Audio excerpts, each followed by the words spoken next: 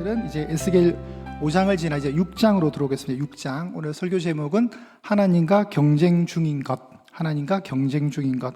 하나님의 가장 강력한 라이벌이 뭡니까? 하나님의 가장 강력한 라이벌?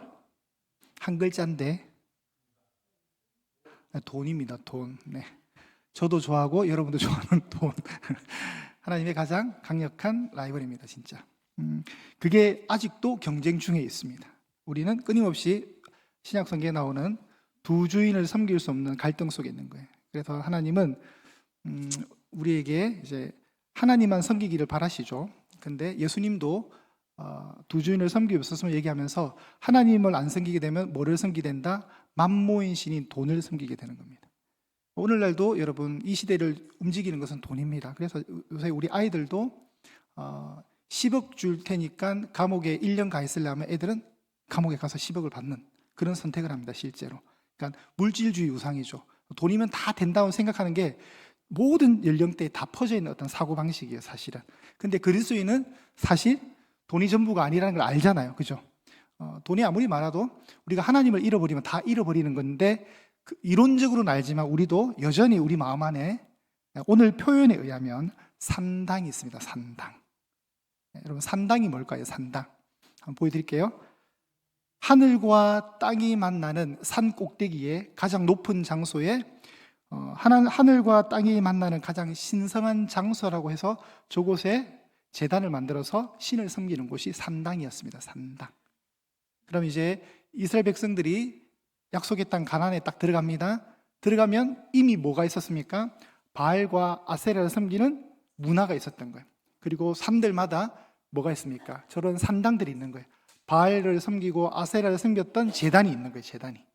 왜 산이라고요? 신성한 곳이라 생각하는 거예요. 하늘과 땅이 가장 근접한 장소.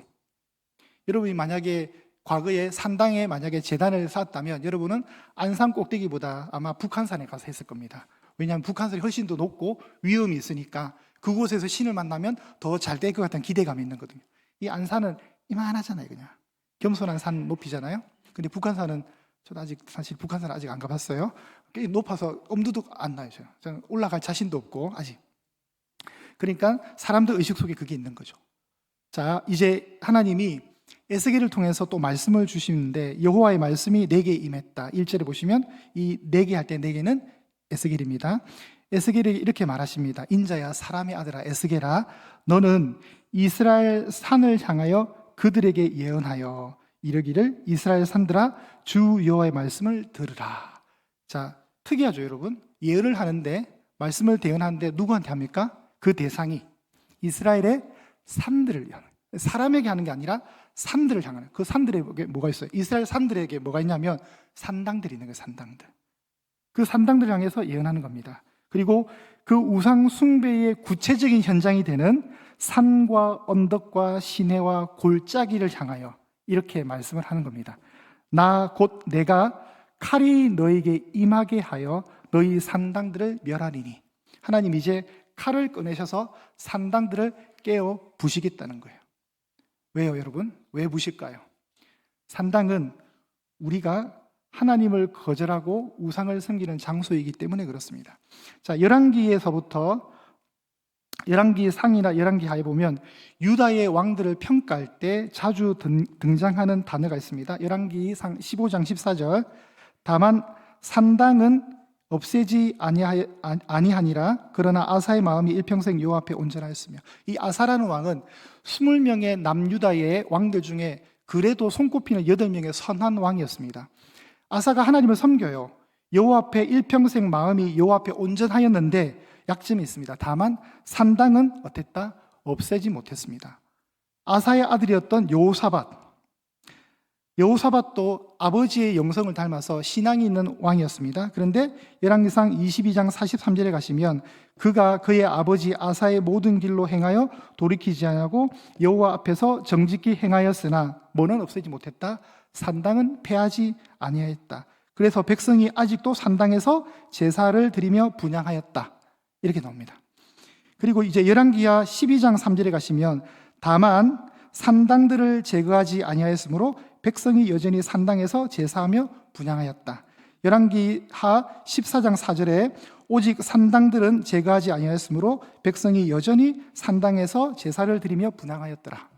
하나 더요. 열왕기하 15장 4절 오직 산당은 제거하지 아니하였으므로 백성이 여전히 그 산당에서 제사를 드리며 분향하였고, 하나 더요. 열왕기하 15장 35절 오직 산당을 제거하지 아니하였으므로 백성이 여전히 그 산당에서 제사하며 분향하였더라. 그 요담이 여호와의 성전 윗문을 건축하니라. 이 요담도 8명의 선한 왕들 중에 하나였습니다. 그러니까 선한 왕들 중에도 뭐를 제거하지 못했습니까? 산당을 제거하지 못했어요. 그러니까 두 가지를 볼 수 있어요. 개혁이 그만큼 힘들다는 것과 아니면은 여전히 산당을 통해서 하나님도 섬기고 우상도 섬기는 겁니다. 이게 이제 문제가 되는 거죠. 여러분, 하나님은 산을 향하여 이렇게 말씀하시는 거예요. 이 산은 단순한 지형지물이 아니라 어떤 산이냐면 인간의 지독한 종교성이 집결되어 있는 장소입니다. 그래서 없애지를 못합니다. 그러면 이스라엘 백성들이 하나님을 몰랐습니까? 알았어요. 그죠? 그들이 여전히 성전에서 제사를 드렸습니다. 그런데 동시에 산에도 올라갑니다. 불안하니까 산에도 올라갑니다. 하나님으로는 내 인생의 풍요가 보장되지 않을 것 같은 불안감, 내 자식의 성공이 불투명하니까 보험용으로 한 개 더 드는 거예요. 보험용으로. 보험 드는 심정으로 산 위에서 또 다른 신을 섬기는 겁니다. 이것이 산당이었습니다. 그러면 이걸 통해서 우리는 뭘 볼 수 있냐면, 우리는 자기 방식대로, 자기가 믿는 방식대로 종교성을 가지고 있다는 거예요. 자기 식대로 믿는 종교의 본질, 내 마음대로, 내 불안을 잠재워 줄 수 있는 대상, 내 소원을 투사할 대상을 찾는 이 지독한 종교성이 결국 산당을 포기하지 못하는 거예요. 여러분, 우리도 마찬가지입니다. 우리도 이 교회에 앉아 있지만 우리도 마음 안에 이런 게 있어요. 하나님, 내가 그래도 교회에서 남들보다 더 봉사하고 헌신했으니까 내 사업장 축복해 주셔야죠. 사실 이런 게 우리 안에 많아요, 여러분. 내가 신앙을 좀 더 다른 사람에 비해서 열정적으로 하지 못했기 때문에 내 사업이 안 풀리면 자기도 이해한다니까. 내가 뭐 교회 봉사 뭐 한 게 있나 싶어서 내 사업이 안 되더라 불평이 없어요. 근데 내가 교회 일을 열심히 하고 열심히 할수록 보상 심리를 기대해요. 인과율을 적용하는 겁니다. 내가 이렇게 했으니 하나님 나한테 복 주셔야지. 근데 제가 제 인생의 경험상 이게 안 된다는 걸 언제 깨달았냐면 19살 때 깨달았습니다. 저는 정말 열심히 교회 생활했고요. 열심히 주일 성수했습니다. 우리 담임 목사님이 공부하지 말라 했기 때문에 주일날 밤 12시까지 기다렸다가 12시 1분부터 책을 펴가 중간고사를 준비했던 삽니다. 주일날 공부하면 안 된다고 배웠기 때문에. 그 정도로 종교적 열정이 있었습니다. 그리고 이제 대학에 가야 되겠죠. 여러분? 근데 제가 제 아들한테 안 좋은 유산 하나를 물려준 게 바로 재수의 유산이었습니다. 제가 떨어졌어요. 펑펑 울었어요. 하나님한테 얼마나 섭섭했는지. 하나님, 제가 그렇게 열심히 했는데, 교회 생활 열심히 했는데 왜 저한테 복을 안 주세요? 근데 더 얄미운 게 뭔지 아세요? 같은 교회 제 또래에 어떤 여학생이 하나 있었어요. 얘는 딱 주일 예배 딱 와서 우리 학생부 예배만 딱 드리면 공부한다고 집에 가버린 애였어요. 근데 얘는 인서울 했어요. 인서울. 그때 당시에. 제가 얼마나 배가 아팠겠어요. 아니, 저런 신앙을, 저딴 신앙밖에 안 되는 애는 인서울하고 저는 지잡대를 다니고, 지방에 있는 잡다한 대학들. 그러니까 너무 그때 억울했어요. 근데 이제 보면 그게 아닌 거라는 걸 알게 되는 거죠. 그런 종교적 헌신은 내 삶의 축복을 보장할 수도 있지만 보장하지 아니한다 할지라도 그건 당연한 거라는 거예요. 우리 안에 다 있습니다, 여러분. 그래서 하나님이 나라는 우상을 깨뜨리십니다. 내가 지독하게 붙드는 그 종교적, 내 식으로 믿는, 자기 식대로 믿는 신앙의 그 종교적 오염되어 있는 우리의 종교적 그 사고를 하나님이 깨뜨리십니다. 어떻게 깨뜨리십니까? 칼 들고 오십니다. 칼 들고. 오늘 본문에 보면 3절에 보시면 나오잖아요. 내가 칼이 너에게 임하게 하여 너희 산당들을 멸할 것이다. 그러면 여러분, 이건 좋은 일이에요? 나쁜 일이에요? 벌써 나쁜 일이라 하잖아요. 나쁜 일. 이건 여러분 좋은 일이에요. 하나님이 칼을 안 들고 오시면 우리는 산당에 머문다니까요. 하나님이 내 인생에 쌓아올린 산당의 제단들을 다 부셔주셔야 정신 차린다니까요. 그게 바로 모래성이에요. 모래성. 여러분, 반석과 모래 위에 집은 집을 우리가 배웠잖아요. 그게 모래성이에요. 하나님 없이 내가 쌓아올린 어떤 그 무엇들, 그때 창수가 나고 비가 내려줘야 쓸려 나간다니까요. 그래서 비로소 보는 거예요. 내 발밑에 예수님이란 반석이 있구나를 깨닫는 거예요.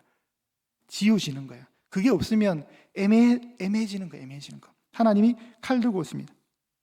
칼 들고 와서 뭐합니까? 4절에 보시면 너희 제단들이 황폐하고 분향 제단들이 깨뜨려질 것이고 너희가 죽을 것이다. 우상 앞에 엎드려질 것이다. 무섭죠, 여러분? 5절에 이스라엘 자손의 시체를 그 우상 앞에 둘 것이고 너희 해골을 그 제단 사방에 흩을 것이다. 엄청난 심판이죠. 하나님의 철저한 심판이 있습니다. 이스라엘 백성들의 시체를 그냥 사방에 가루로 만들어 흩어버리죠. 엄청 잔인한 거 아니에요, 여러분? 근데 하나님이 그렇게 하신다는 거예요.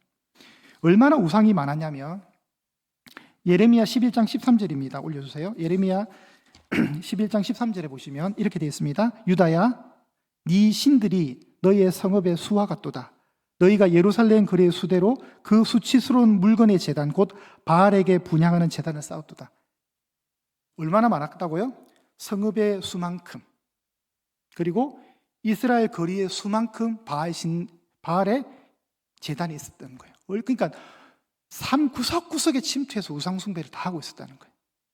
그런데 하나님을 포기합니까? 포기하지 않습니다. 하나님도 믿는다니까요.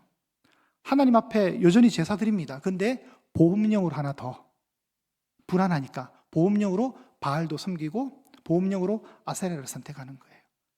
이게 우리 인간의 지독한 자기 방식의 종교성이라는 겁니다. 그 종교성을 하나님이 움직이시지 않으면 절대로 여러분 포기되지 않아요. 우리 스스로가 이거 잘못되었구나, 각성해서 빨리 이 우상의 울타리에서 벗어나야겠구나, 인간은 절대 자각하지 못해요. 그러니까 외부에서 오셔야 되는 거예요. 외부에서, 하나님이 외부에서 칼 들고 오시는 거예요. 칼 들고 와서 사막으로 만들어버립니다. 6절입니다. 내가 너희가 거주하는 모든 성읍이 뭐가 되게 하겠다? 사막이 되게 하겠다. 여러분, 광야로 만드신 거예요.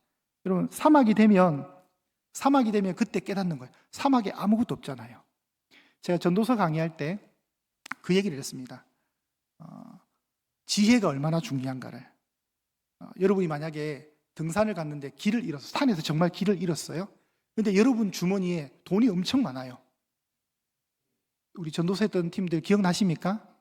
처음 보는 또 표정을 하시는데, 자, 돈이 엄청 많아요. 근데 성경에서는 전도서 기자가 그때 돈은 쓸모가 없다, 그때 지혜가 쓸모 있다는 거예요. 그래서 지혜를 잡으라는 거예요. 지혜를 사모해라는 거예요. 여러분이 산에 가서 길을 잃었는데 그 지갑에 여러분의 돈이 많으면 뭐 하냐고요. 그 돈은 여러분을 살리지 못해요. 근데 지혜로운 자는 그때 빠져나올 수 있다는 거예요. 뭐를 통해서? 별자리를 보고 심지어 나올 수 있다는 겁니다. 그러니까 우리는 별자리 잘 모르는 거 모르잖아요. 근데 지혜자는 별자리를 아니까, 예를 들면 별자리를 통해서 현재 방향이 어디쯤이라 가늠하고 빠져나오더라는 거예요. 광야는 어떤 곳이냐면 여러분이 아무리 돈이 많아도 쓸모가 없는 곳이라니까요.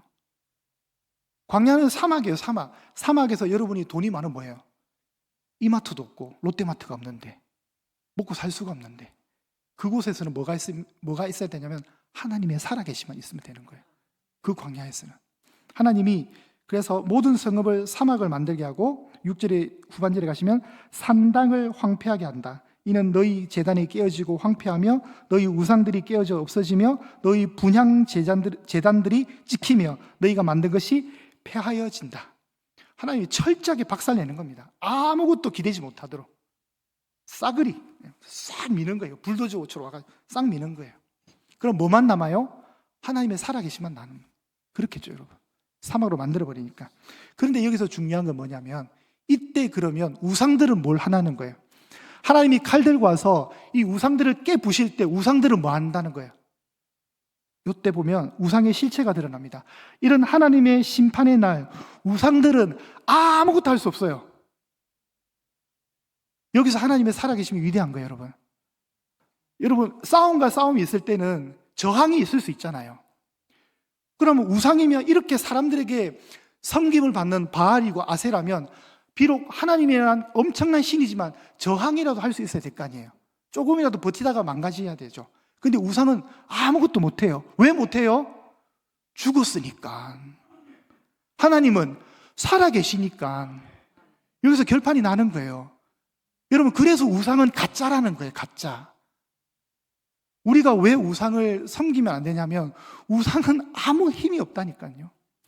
힘이 있는 것처럼 사탄이 우리를 유혹했기 때문에 마치 신년 새해가 되면 점을 본다든가 부적을 하나 사서 베개 안에 넣는다든가. 그건 여러분, 사탄이 그렇게 유혹했기 때문에 그런 거예요. 실제로 그 부적은 그냥 뭐예요? 종이 쪼가리잖아요. 그냥 노란색 종이에 빨간색으로 그리면 되잖아요. 근데 그게 한 개 얼마예요? 비싼 거는 500만 원, 싼 거는 50만 원, 기본 200만 원 해요. 근데 사람들이 그걸 사더라는 거예요. 근데 그 사는 사람이 지식이 없느냐? 아니요. 똑똑한 사람이에요. 그죠? 근데 미혹되니까 그래 되는 거예요. 다시요. 산당이 파괴되고 그 제단들이 깨어질 때, 분향 제단들이 찍히면서 없어질 때 저항이 있습니까? 없었습니다. 이걸 통해서 우상은 가짜라는 걸 알 수 있습니다. 여러분, 가짜를 섬기겠습니까? 하나님이 지금 이걸 알려주는 거죠. 그리고 하나님의 궁극적인 목표, 하나님의 목적은 이 칼을 통해서 우상을 박살내지만 그 박살날 때 우리가 망가지는 것을 하나님이 의도하지 않습니다. 하나님은 우리를 망가뜨리려고 이렇게 하시는 것이 아니라 가짜에서 건져내어서 진짜를 주시기 위해서. 아멘이 되세요? 가짜에서 건져내어서 진짜가 이거야라고 보여주는 거예요. 그 진짜가 누굽니까? 여호와 하나님, 살아계신 여호와 하나님. 그래서 7절의 결론이 나옵니다. 또 너희가 죽임을 당하여 엎드려지게 하여, 합독합니다. 합독. 시작. 내가 여호와인 줄을 너희가 알게 하려. 하나님이 이렇게 하시는 목적이 뭐라고요? 내가 여호와다. 이거 여러분 어디서 많이 봤습니까? 맞추시면 진짜 내일 국밥 한 그릇 사드릴게요. 이 맞추 보세요. 이거 어디서 많이 한 거예요? 어디 누가 얘기했어요? 크게. 방송실에서 했어요? 방송실 아니라고 그래요. 여러분, 이거 어디서 나온 거예요? 출애굽기에 나왔잖아요. 출애굽기에. 출애굽기 하나님이 애굽에 왜 10가지 재앙을 합니까? 왜 애굽에 10가지의 심판을 때리셨어요? 3가지의 목적이 있었습니다. 이스라엘 백성들이 하나님이 여호와이신 줄 알게 하는 것. 2번째, 바로가 하나님이 어떤 분인가를 알게 하는 것. 3번째, 애굽의 백성들조차도 하나님이 어떤 분인가를 알게 하시려고 그 일을 행하셨던 거예요. 그러니까 하나님이 이 궁극적으로 이 일을 하시는 이유는 가짜에서 건져내서 진짜가 누군가를 보여주시기 위한 거예요. 내가 여호와인 줄을 너희로 알게 하는 것. 하나님 분명히 목적이 있는 겁니다. 그래서 기독교는 내가 원하는 복을 받아내는 종교가 절대 아닙니다. 여러분 착각하시면 안 돼요.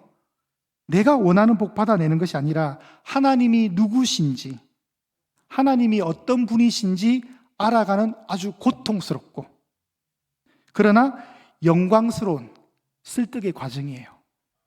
왜 고통스럽다 표현할까요? 칼이니까. 하나님이, 내가 하나님과 무관한 그 어떤 것들을 쌓았을 때 대단하거든요. 내가 볼 때는 나의 업적이에요. 근데 하나님이 칼을 가져서 그걸 무너뜨리면 얼마나 고통스러워요. 하나님, 아니 내가 어떻게 모은 건데 이걸 하시냐고 고통스러워 하겠죠. 그러나 영광스러운 설득의 과정입니다.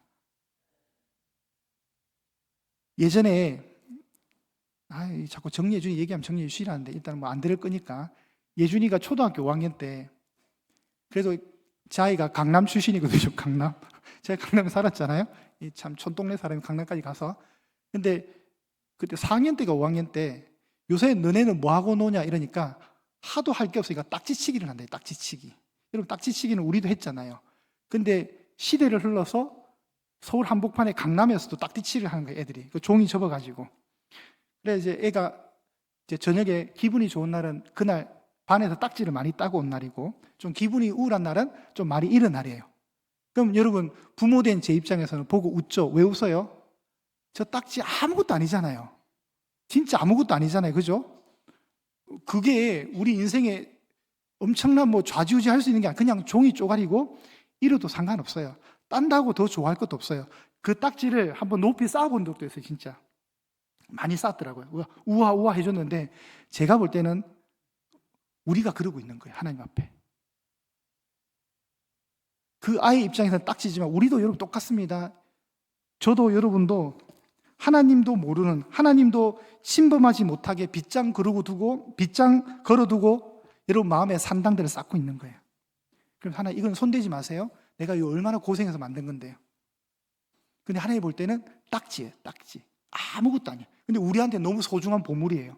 하나님 볼 때는 딱지. 내가 볼 때는 보물.